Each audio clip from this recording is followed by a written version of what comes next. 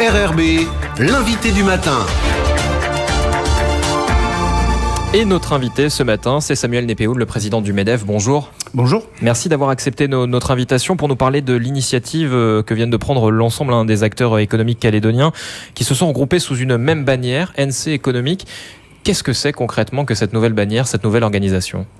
Alors, c'est un peu dans la mouvance des dernières semaines, voire des derniers mois, où il y avait une réelle volonté de l'ensemble du monde économique, et notamment des organisations patronales, de se regrouper pour être beaucoup plus constructifs lorsqu'on porte un message.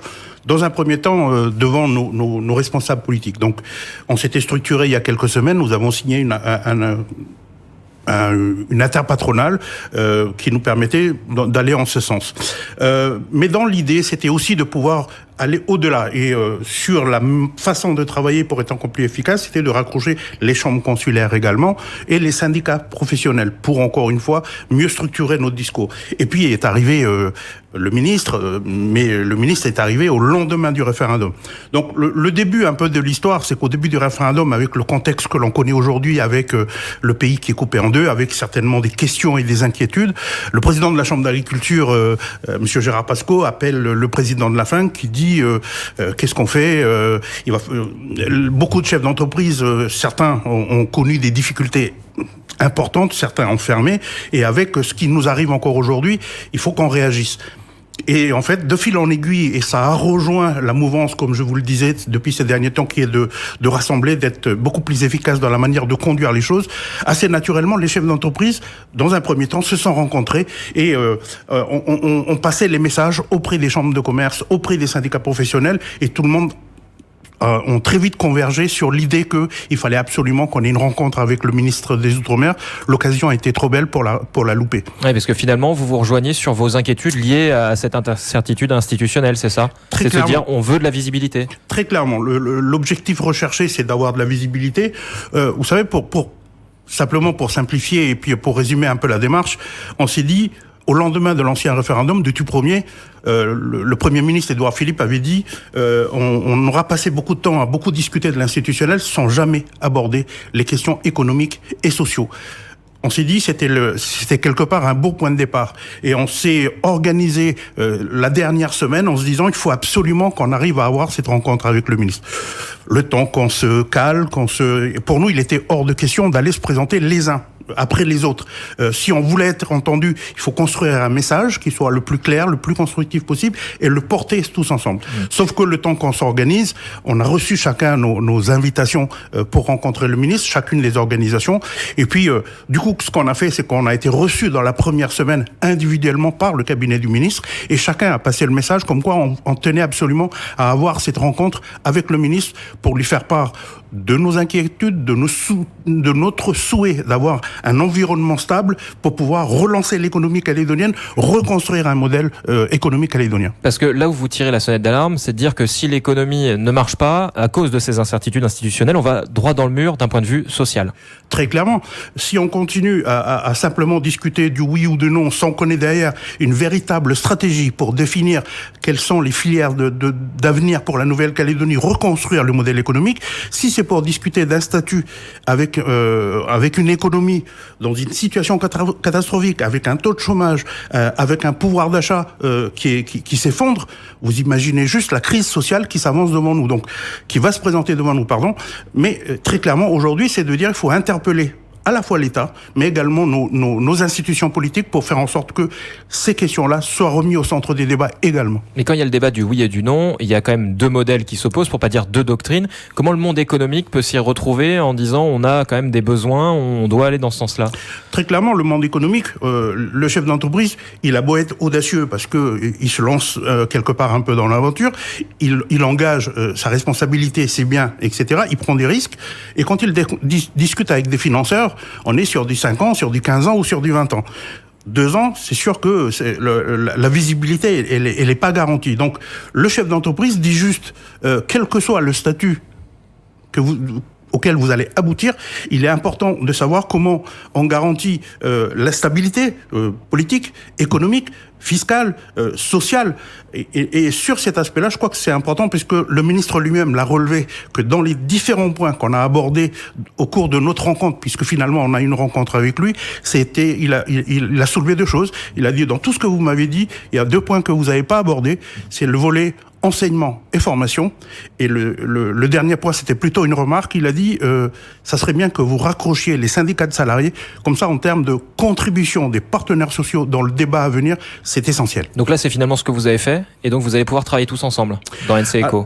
Alors l'idée, c'est que on a essayé un peu à la va-vite au tout dernier moment parce que ça s'est présenté comme ça. On a essayé de se structurer, on a essayé de construire un message et on a essayé de s'organiser pour pouvoir avoir ce fameux rendez-vous, parce que c'est ça qui est important, c'est d'avoir eu ce rendez-vous et surtout d'avoir cet engagement du ministre qui nous a dit qu'il fallait créer, c'est lui qui l'a annoncé, le comité économique et financier au sein duquel, autour du haut-commissaire et au sein duquel on va pouvoir contribuer. Aujourd'hui, c'est quoi, c'est une nouvelle instance de dialogue en plus, c'est un groupe de travail.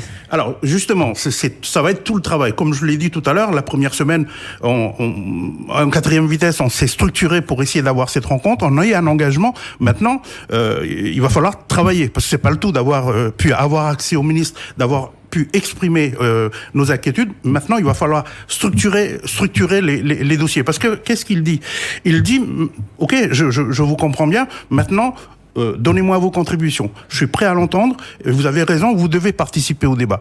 Maintenant, il va falloir s'organiser parce que ça s'est fait un peu vite, parce que c'est l'occasion qu'il le faisait. Aujourd'hui, il va falloir qu'on se structure.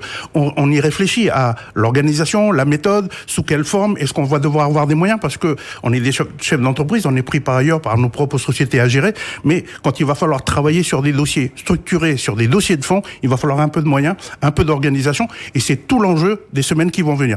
Néanmoins, je voudrais surtout préciser une chose, parce que c'est pas le tout d'avoir décroché ça, d'avoir eu un engagement du ministre. Il faudrait pas que demain on aboutisse simplement à encore un énième comité qu'on consulterait, un strapontin d'experts qu'on va consulter. Non, quand on demande à être véritablement des acteurs dans les discussions à venir, il faut que c'est vraiment ce sens et non pas un nouveau comité Théodule que l'on va consulter parce que ça contribue au débat. Ce que le ministre dit. Vous voulez vraiment parler d'une voix commune tous ensemble, que ce soit les syndicats du patronat, des salariés. Comment on fait pour mettre tout le monde d'accord sur des sujets quand même? Il y a des points de divergence qu'on connaît et dont on parle régulièrement. Bien évidemment, mais je pense que avec un certain nombre d'entre nous, dont le MEDEF, ont déjà commencé à discuter avec les organisations de salariés. Aujourd'hui, il y a un certain nombre de sujets sur lesquels on est prêt à repartir. Parce qu'on ne part pas de rien. Il y a des dossiers qui ont été engagés à une certaine époque, mais qu'il faut simplement ressortir. Le dialogue social, les comptes sociaux. Je pense que un certain nombre de sujets, les organisations patronales comme les organisations salariales sont prêts déjà à discuter. Aujourd'hui, comme je le disais, c'est pas le tout d'avoir réussi à voir le ministre et d'avoir obtenu cet engagement du ministre. Il va falloir se mettre au travail, trouver une organisation, structurer nos dossiers et y contribuer. Parce que c'est vrai que ces dossiers étaient aussi déjà traités par le gouvernement. Vous étiez déjà en réflexion, notamment sur la réforme de la fiscalité, etc. On était effectivement déjà en réunion avec le gouvernement. Nous avons beaucoup d'échanges avec le ministre en charge de l'économie et de la fiscalité, Monsieur Gigès, et que aujourd'hui, on l'a dit au ministre, Monsieur le ministre, vous aurez bien compris que l'organisation est récente, c'est le contexte qui le veut. On est allé un peu vite, mais il y a un certain nombre de dossiers qui sont déjà en cours de réflexion et on s'est accordé, les organisations patronales, les chambres consulaires, les syndicats professionnels, que laissons-nous le temps de finaliser ces dossiers et les sortir une fois qu'ils seront mieux consolidés, mieux structurés, parce qu'aujourd'hui, en fait, on essaie de consolider toute une série de réflexions qui a été menée chacun de son côté, mais aujourd'hui, il va falloir faire un document commun. Donc, on part pas de rien. Il y a des sujets, il y a des dossiers qui sont déjà là. Il faut les finaliser et il faut le transmettre. Le ministre, aujourd'hui, dit simplement l'intérêt de vous avoir autour de la table, c'est que vous soyez pourvoyeur d'idées et surtout pourvoyeur de données chiffrées. C'est quoi la suite du calendrier maintenant? Vous parliez d'un document commun. Il y a des réunions déjà qui sont prévues pour ce comité Alors en fait, dans un premier temps, c'est pas des réunions. Les échanges se font par envoi de documents amendés, rectifiés, enrichis. Donc on est dans cette phase-là aujourd'hui. Ce que l'on a simplement convenu avec Monsieur Gégès en charge de l'économie et de la fiscalité, c'est que on travaille à mieux structurer ce document pour que les messages qui seront portés à l'intérieur de ce document soient le mieux aboutis, le mieux finalisés possible. Qu'on comprenne bien, NC Eco, ça fonctionne comment ? Il y a des réunions, vous fonctionnez comment entre vous ? Il y a quelqu'un qui pilote en particulier certains sujets ? Comment vous répartissez le travail pour après aller amener ces dossiers sur la table ? Alors l'idée qu'il y avait jusqu'à maintenant, ou telle qu'on commençait à s'organiser, puisque c'était tout récent aussi, à s'organiser en interpatronal, en travaillant également avec les chambres consulaires, c'était de dire, on est des chefs d'entreprise, on passe beaucoup de temps dans des réunions, et des fois il y a 3 réunions sur le même sujet dans la même semaine. Mais rajouter un échelon NC Eco, c'est pas justement rajouter encore une réunion en plus ? Non, justement, l'idée c'est de dire comment on s'organise pour encore mieux se structurer sans qu'il y ait ces accumulations de...